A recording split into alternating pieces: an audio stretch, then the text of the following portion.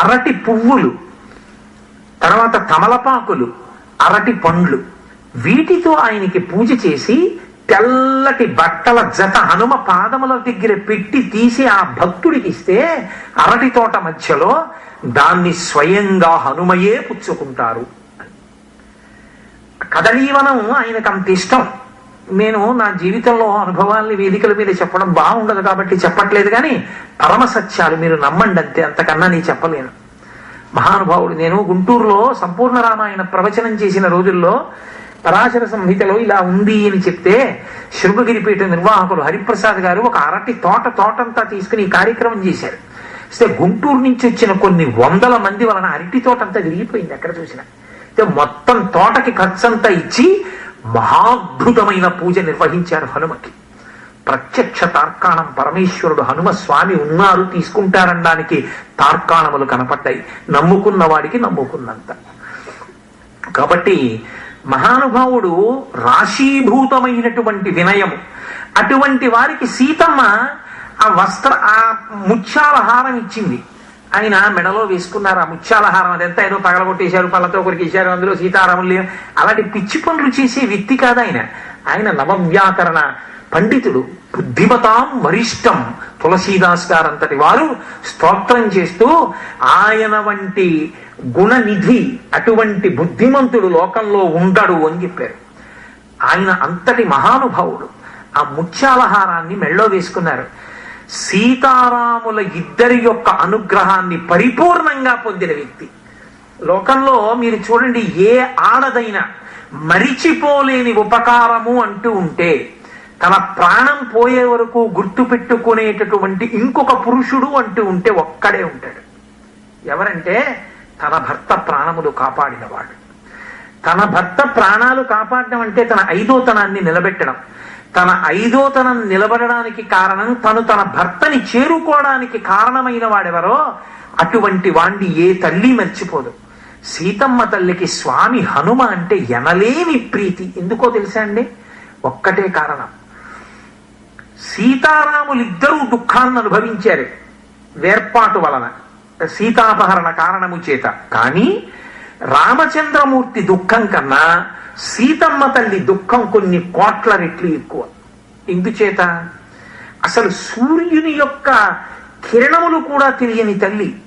జనక మహారాజు గారి యొక్క కుమార్తె అయోనిజ, దశరథ మహారాజు గారి పెద్ద కోడలు, రామచంద్రమూర్తి ఇల్లాలు, లక్ష్మణస్వామి చేత రక్షింపబడేటటువంటి తల్లి. కాలోహి దురతక్రమ అంటారు హనుమ ఒక చోట. ఆ తల్లి అంతటి మహానుభావుల చేత ఎప్పుడూ రక్షింపబడేటటువంటి అమ్మ వికృతమైనటువంటి స్త్రీల మధ్యలో వాళ్ళు కళ్ళు తాగుతూ మాంసం తింటూ ఆవిడ్ని నువ్వు రావణుడి పాన్పు చేరు ఇక్కడెవరూ లేరు, చూడరు, బెంగపెట్టుకోకు అని చెప్పకూడని మాటలు చెప్తుంటే దుష్టమైన బుద్ధితో రావణాసురుడు వచ్చి ప్రతిరోజు అనకూడని మాటలన్నీ అంటుంటే ఆ తల్లి ఎంత బాధపడిందో, ఎంత బెంగపెట్టుకుందో. మహర్షి సుందరకాండలో ఆ సీతమ్మ తల్లి దర్శనమైనప్పుడు అశ్రుపూర్ణముఖీం దీనాం కృషాం మనసనేన చ శోకధ్యానపరాం దీనాం నిత్యం దుఃఖపరాయణం వ్రీళితాం దుఃఖ సంతప్తాం పరిమ్లానాం మనస్వినీం గ్రహాణాంగారకేణేవ పీడితాం వివరోహిణీం తాం స్మృతిమివ సందిగ్ధాం వృద్ధిం నిపతితామివ విహతామివ చ శ్రద్ధ ఆశాం ప్రతిహతామివ అని ఆ తల్లి ఎంత ఏడ్చిందో చూపించారు. ఏడిచి ఆవిడ కళ్ళంబట కారినటువంటి నీళ్ల చేత ఆవిడ వక్షస్థలాన్ని ఆచ్ఛాదించిన కవిట కొంగంతా తడిసి ముద్దయిపోయింది. ఉష్ణార్ధితాం సానుసృతాస్రకంఠీం పురావరార్హోత్తమ నిష్కంఠీం సుజాత పక్ష్మామభిరక్త కంఠీం వనీ ప్రవృత్తామివ నీలకంఠీం అంటారు హనుమ. మా అమ్మ అన్నం కూడా తినదు, రాముడి కోసం అలా ఏడుస్తుంటుంది. ఎలా భావించారో అలాగే దర్శనమిచ్చింది ఆవిడ. అటువంటి తల్లి అంత దుఃఖంలో ఉంది. రాముడు వస్తాడో తెలియదు, రాడో తెలియదు, ఒక వార్త తెలియదు. 100 యోజనముల సముద్రానికి అవతల అరణ్యంలో అపహరించి తీసుకొచ్చాడు. మళ్ళీ ఎన్నడు భర్త చెంతకు చేరుకుంటుందో తెలియనటువంటి అంత కష్టంలో ఉన్న తల్లి సామాన్యమైన స్త్రీగా నటించింది ఆవిడ, అబల. అటువంటి సమయంలో అంత కష్టంలో ఉండగా అమ్మా నేనున్నానమ్మా అని వెళ్ళి ఆవిడ నమ్మకం కలిగేటట్టుగా మాట్లాడడం అంతకన్నా సాక్ష్యం కాదు. ఎందుకో తెలుసా, లోకంలో ఒక మాట ఉంది, ఆవిడ ప్రాణం వేటుపడిపోయిందండి అంటారు. మీరు ఎప్పుడైనా ఈ మాట విన్నారో లేదో నాకు తెలియదు. ఆవిడ ప్రాణం వేటుపడిందండి అంటారు. వేటుపడిందండి అంటే వాళ్ళ మనసు అనుమానాలతో నిండిపోతుంది. ఇప్పుడు ఏదో జరగరాని భయంకరమైనటువంటి పీడకల లాంటిది ఒకటి జరిగిపోయింది అనుకోండి జీవితంలో, ఇంకా తర్వాత అందరినీ శంకిస్తారు. ఏమండి పర్వాలేదా, నమ్మచ్చా, ఈయన్ని నమ్మచ్చా అని అనుమాన పడిపోతారు. మాయామృగం రూపంలో మారీచుడు వచ్చాడు. లోకంలో ఎవరినైనా నమ్మకుండా ఉంటామేమో కానీ సన్యాసిని నమ్మకుండా ఉండం. ఎందుకని? సన్యాసిని నమ్ముతాం మనందరం. కారణం ఏమిటంటే సన్యాసి అంటే అన్ని విడిచిపెట్టేసిన వాడు, ఆయన ఏం అపకారం చేస్తాడు? అటువంటి సన్యాసి వేషంలో రావణాసురుడు వచ్చాడు. తీసుకెళ్లి అశోకవనం మధ్యలో పెట్టాడు. ఏది చూసిందో అది నిజము అనడానికి ఆస్కారం లేదు. ఆవిడికి అన్నీ రాక్షసమాయయే అన్న అనుమానం ప్రబలిపోయింది. అసలు ఇంకొక స్త్రీకైతే పిచ్చి వచ్చేస్తుందండి రావణాసురుడు చేసిన పనులకి. వాడు అంత భయపెట్టాడు ఆవిడ్ని.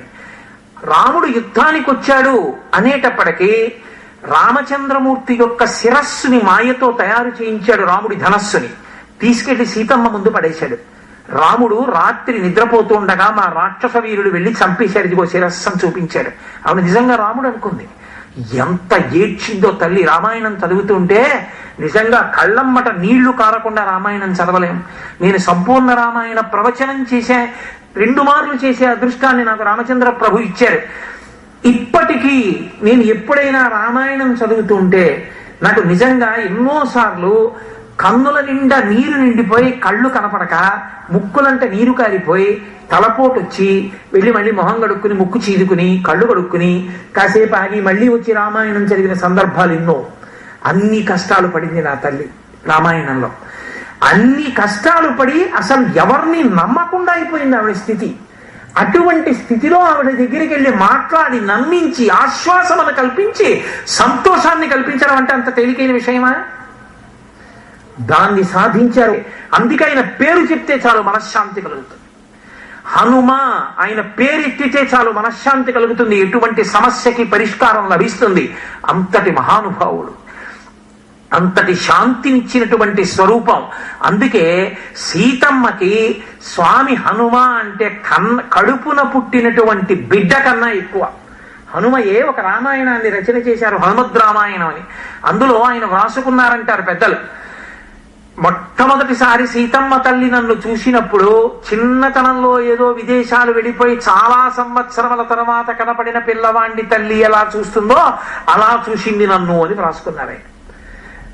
అంత ప్రేమ సీతమ్మ తల్లికి ఆయనంటే. సీతారాములిద్దరికీ అంత ప్రేమ. సీతారాముల యొక్క ప్రేమని అంత పొందిన వ్యక్తి రామచంద్ర ప్రభు అంతటి వారు. నేను నీకు ప్రత్యుపకారము చెయ్యలేను అన్న వ్యక్తి హనుమ ఒక్కరే రామాయణంలో. ఇప్పుడు మనం అక్కర్లేని తీర్పు అన్ని చెప్పమన్నాం అనుకోండి, మనం వెంటనే ఏమంటామంటే అసలు నిజానికి రామచంద్రమూర్తి వెనక హనుమ లేకపోతే ఇన్ని సాధించేవారా అండి అంటాం కదా. కానీ హనుమని మీరు అడగండి, ఆయన ఏమంటారో తెలుసా? ఇవేవి నావి కాదండి, రామనామం గొప్పతనం అంటారు. అందుకే ఆయనని స్తోత్రం చేస్తే ఆయన్ని పిలిస్తే ఆయన రారు. రామనామం చెప్తే రామవైభవం కీర్తిస్తే ఆయన వస్తారు. ఎత్ర ఎత్ర రఘునాథ కీర్తనం తత్ర తత్ర కృతమస్తకాంజలిం బాష్పవారి పరిపూర్ణలోచనం మారుతిం నమత రాక్షసాంతకం. ఎత్ర ఎత్ర రఘునాథ కీర్తనం తత్ర తత్ర కృతమస్తకాంజలిం బాష్పవారి పరిపూర్ణలోచనం మారుతిం నమత రాక్షసాంతకం. హనుమని ఎప్పుడు మీరు పరిశీలించి చూసినా నా భక్తి అంతటికీ కారణం, నా బలానికి, నా తేజస్సుకి, నా బుద్ధి బలానికి అంతటికీ కారణం రామచంద్రమూర్తే, సీతారాములే అంటారు. రామచంద్రమూర్తి హనుమ లాంటి మహావీరుడు ఎక్కడుంటాడో, హనుమ నా పక్కన లేకపోతే ఇన్ని కార్యములు నేను ఎలా సాధించి ఉండేవాణ్ణి అని రామచంద్రమూర్తి అంటారు. ఎప్పుడు ఒకవైపే చెప్తారు, నా వల్ల చాలా ఉపకారం పొందాడండి ఆయన అంటారు. ఎవరో ఒక ఆయన కనబడి కాళ్ళ మీద పడి నమస్కారం చేసి అలాగే నిలబడ్డాడు అనుకోండి, ఏమిటండి ఆయన మిమ్మల్ని చూసి అంత గౌరవంగా ఉన్నారు అన్నారు అనుకోండి, చాలా ఉపకారం చేశానండి ఆయనకి అందుకే ఎక్కడ చూసినా నన్ను అలా నమస్కారం చేస్తానంటాం. రామాయణాన్ని మీరు బాగా గమనిస్తే శ్రీరామాయణం యొక్క సందేశం ఏమిటో తెలుసా లోకానికి? నీ గొప్పతనాన్ని ఒక్కటే చూసుకోవడం నేర్చుకోకు, ఎదుటివారి గొప్పతనాన్ని చూడటం కూడా నేర్చుకో. హనుమ తైనే గొప్పవాడిని అనలేదు, రాముడు అన్నారని. రాముడు నేనే గొప్పవాడిని హనుమ ఎంత అనలేదు, హనుమ అన్నారని. హనుమ గొప్పవారని రాముడు అంటారు, రాముడు గొప్పవారని హనుమ అంటారు. మన జీవితంలో మనం ఎప్పుడైనా అలా అనగలిగామా? మీరు పెద్దలు మీరు అంటారు, నాబోటి వాడి గురించి చెప్తున్నాను. ఎంతసేపు ఎదుటివాడిలో ఏ చీకటి కోణం ఉంది, ఏది ఎత్తి చూపించచ్చు అని వెతుకుతాను తప్ప, ఒకవేళ వాడు మనల్ని గౌరవించిన, ఒరే గౌరవించడానికి ఎంత సంస్కారం ఉండాలిరా, నమస్కారం పెట్టడానికి ఎంత సంస్కారం ఉంటే నమస్కారం పెడతాడు. ఒక వ్యక్తిని చూడగానే మర్యాదతో మాట్లాడాలంటే లోపల ఎంత సంస్కార బలం ఉంటే అలా ప్రవర్తించగలడు. అది సాధ్యమా? పైగా తన దగ్గర అన్ని విభూతులు ఉండగా అన్నిటినీ పక్కన పెట్టి తాను ఇలా నిలబడగలగాలంటే ఎంత రాశీభూతమైన వినయమైతే అలా ఉండగలడు. అది సాధ్యం కాదు లోకంలో. ఏదో ఒక చిన్న విషయాన్ని అడ్డు పెట్టుకుంటారు. నా అంత వాణ్ణి నేను నమస్కారం చేయడానికి అది అడ్డు వస్తుంది. ఎదుటివాడు నమస్కరించాడు, నేను గొప్పవాడిని అందుకు నమస్కరించాడు. నమస్కరించడంలో అవతలవాడి గొప్పతనం మనకి గుర్తురాదు. అక్కడే గోతులో పడిపోతాం. రామాయణాన్ని మీరు బాగా అర్థం చేసుకుంటే, హనుమని రామచంద్రమూర్తిని అర్థం చేసుకుంటే, నమస్కారం మనకి పెట్టినటువంటి వాళ్ళ గొప్పతనాన్ని కూడా మనం ఆలోచించవలసి ఉంటుంది. ఎంత సంస్కార బలమున్నవారు అన్నది మనం తెలుసుకోవాలి. అందుకే రామాయణం ఎంతకాలము ప్రవచనము చెయ్యబడాలి అని అడిగారు. శ్రీరామాయణము మనుష్య జాతి ఉన్నంత కాలము చెప్పబడాలి. ఎందుచేత అంటే ఒక మనుష్యుడిగా బ్రతకాలి అంటే మనుష్యుడికి కావలసిన లక్షణాలన్నింటినీ ఇవ్వగలిగినది రామాయణం ఒక్కటే. శ్రీరామాయణంలో రామచంద్రమూర్తికి హనుమకి ఉన్న అంత గొప్ప అనుబంధం, అది చాలా విశేషమైనటువంటి అనుబంధం. అందులోంచి రామాయణంలో సందేశం ఉంది లోకానికి. ఇలా బ్రతకడం నేర్చుకోండి. మీకు ఎన్ని విభూతులున్నా మీరు హనుమ కన్నా గొప్పవారు కాలేరు. మీకు ఎన్ని విభూతులున్నా మీరు రామచంద్రమూర్తి కన్నా గొప్పవారు కారు. కాకపోయినా అంత గొప్పవాడైన రాముడు హనుమంతుడిని కీర్తించాడు, అంత గొప్పవాడైన హనుమ రామచంద్రమూర్తిని కీర్తించారు. మీరెందుకు ఇతరులలో ఉన్న గొప్పతనాన్ని చూడలేరు? ఇతరులు ఎందుకు మీలో ఉన్న గొప్పతనాన్ని చూసి నమస్కరించలేరు? ఎప్పుడు మీరు కూర్చుంటే ఇంకోటి గురించి తప్పే ఎందుకు మాట్లాడవలసిన అవసరం ఉంటుంది? ఇతరులలో ఎన్నో గొప్ప గుణాలు ఉంటాయి. ఎవరో ఒక మహానుభావుడు ఒక చోట ఒక మాట రాశాడు, nobody is an embodiment of total goodness or total badness. Everybody is composed to be the composition of both good and bad. If you can look through the window in a proper perspective, you can appreciate the lighter portion in anybody. అంటే ఉన్న విషయాన్ని ఉన్నట్టుగా చెప్పాలి కాబట్టి నేను English లో మాట్లాడాను. నీ యందు సంస్కారం ఉంటే నువ్వు ఇతరులలో ఉన్నటువంటి మంచిని కూడా చూడగలవు. నీ యందు సంస్కారం లేనప్పుడు నీకు ఎదుటి వారిలో ఉన్నటువంటి చెడ్డ ఒక్కటే కనపడుతుంది తప్ప మంచి ఎప్పుడూ కనపడదు. ఒక మహానుభావుడు దేవాలయంలోకి వెళ్ళి కూర్చున్నట్ట. అసలు అబ్బో పెళ్ళంగా అయ్యాడిదైతే ఎంత బాధాకరంగా ఉంటుందో అనుకుంటున్నాడు. ఇద్దరు వ్యక్తులు వచ్చి పరమేశ్వరుడికి నమస్కారం చేస్తున్నారు. ముందు ఒక ఆయన వచ్చి ఈశ్వరుడికి నమస్కారం చేశాడు. నమస్కారం చేసి అన్నాడు, ఈశ్వర అనుకూలమైన భార్యనిచ్చావు, ఎంత వినయం, అన్నిటిలో నన్ను అనువర్తిస్తుంది, అందువల్ల కదా నీ సేవ చేయగలుగుతున్నాను, ఇంత మంచి భార్యనిచ్చినందుకు నీకు కృతజ్ఞుడను అన్నాడు. ఈయన వెళ్ళిపోగానే రెండో ఆయన వచ్చాడు, ఈశ్వర ఎంత గయ్యాళి పెళ్ళాన్ని ఇచ్చావు, నేను ఎతి అంటే ఆవిడ పెతి అంటుంది, అంత గయ్యాళి భార్యనిచ్చావు కాబట్టి వైరాగ్యం వచ్చింది, లేకపోతే నేను ఈ సంసార సాగరంలో పడి కొట్టుకుపోయి అనుకూలవతి అయిన భార్య అయి ఉంటే నీ పాదముల వంక తిరిగేవాడినా, గయ్యాళి భార్యనిచ్చి అంత ఉపకారం చేశావయ్యా అన్నది. చూడగలిగిన దృష్టికోణం ఉంటే ఎందులోనైనా మంచి కనపడుతుంది. ఆ దృష్టికోణం నీకు లేకపోతే లోకమంతా చెడుగానే కనపడుతుంది. అసలు ప్రయత్నపూర్వకంగా సాధన చెయ్యాలది, ప్రయత్నపూర్వక సాధన. నేను విమర్శ చెయ్యవద్దన్న గురువుకు అధికారం ఉంటుంది, తండ్రికి అధికారం ఉంటుంది. వారి ఏంటి దోషం ఉంది ఎంచవచ్చు, తప్పేం లేదు, కానీ దోషం ఒక్కటే చూడడం నేర్చుకోకూడదు. దోషముతో పాటుగా అవతలి వారిలో ఉన్నటువంటి మంచితనాన్ని కూడా చూసి అభినందించడం నేర్చుకోవడం నిన్ను పెంచుతుంది, అవతల వాడిని పెంచిందో లేదో. శ్రీరామాయణంలో హనుమ యొక్క వైభవం మనకి ఇచ్చేటటువంటి గొప్ప సందేశం అదే. ఆ రామచంద్రమూర్తికి హనుమకి ఉన్న అనుబంధంలో ఇంత గొప్ప సందేశము ఆవిష్కరింపబడుతుంది. మహానుభావుడైనటువంటి హనుమ వాగ్ధురీయుడు. లోకంలో 84 లక్షల జీవరాశులున్నాయి. 84 లక్షల జీవరాశులు 4 రకాలుగానే పుడతాయి అంటుంది శాస్త్రం. జరాయుజములు, అండజములు, స్వేదజములు, ఉద్భుజములు. జరాయుజములు అంటే గుడ్డులోంచి పైకొస్తాయి. జరాయుజములు అంటే మావి చేత పుడతాయి. మావి ఉండి ఆ మావిలోంచి పుడతాయి, మనం పుట్టినట్టు. రెండవది అండజములు, గుడ్డుని బద్దలు కొట్టుకుని పైకొస్తాయి, కోడి పిల్ల మొదలైనవి. స్వేదజములు చెమటలోంచి పుడతాయి, పేలు మొదలైనవి. ఉద్భుజములు భూమిని చీల్చుకుని పైకొస్తాయి, చెట్లు మొదలైనవి. 4 రకాలుగానే పుడతాయి. ఈ 4 రకాలుగా పుట్టే ప్రాణులలో చెట్టునొక్కదాన్ని పక్కన పెట్టి విచారణ చేస్తే 83,99,999 జీవరాశులకి సాధారణంగా వెన్నుపాం భూమికి అడ్డంగా పుట్టి అడ్డంగానే పెరుగుతుంది. కుక్క, పిల్లి, పంది, నక్క, ఏనుగు, సింహం, పెద్ద పులి ఏదైనా సరే భూమికి అడ్డంగా పుట్టి అడ్డంగానే వెన్నుపాం పెరిగి ఇలాగే పెరుగుతుంది. మనిషి ఒక్కడే భూమికి అడ్డంగా పుట్టి నిలువుగా పెరుగుతాడు. వెన్నుపాం నిలువుగా ఉంటుంది. ఈ ఉపాధిని నీకు ఎందుకు ఇచ్చారో తెలుసా? నీవు ఊర్ధ్వముఖ చలనము చేసి పైనున్న పరమాత్మని గుర్తెరగాలి. నువ్వు పైకి పైకి ఎదగడానికి తప్ప కిందకి దిగిపోవడానికి కాదు. ఇలా నిలబడిపోయినంత మాత్రము చేత నిలబడిన వాడు కాడు, లోపల సంస్కారము చేత నిలబడిన వాడెవడో వాడు మహనీయుడు, వాడు మహాత్ముడు.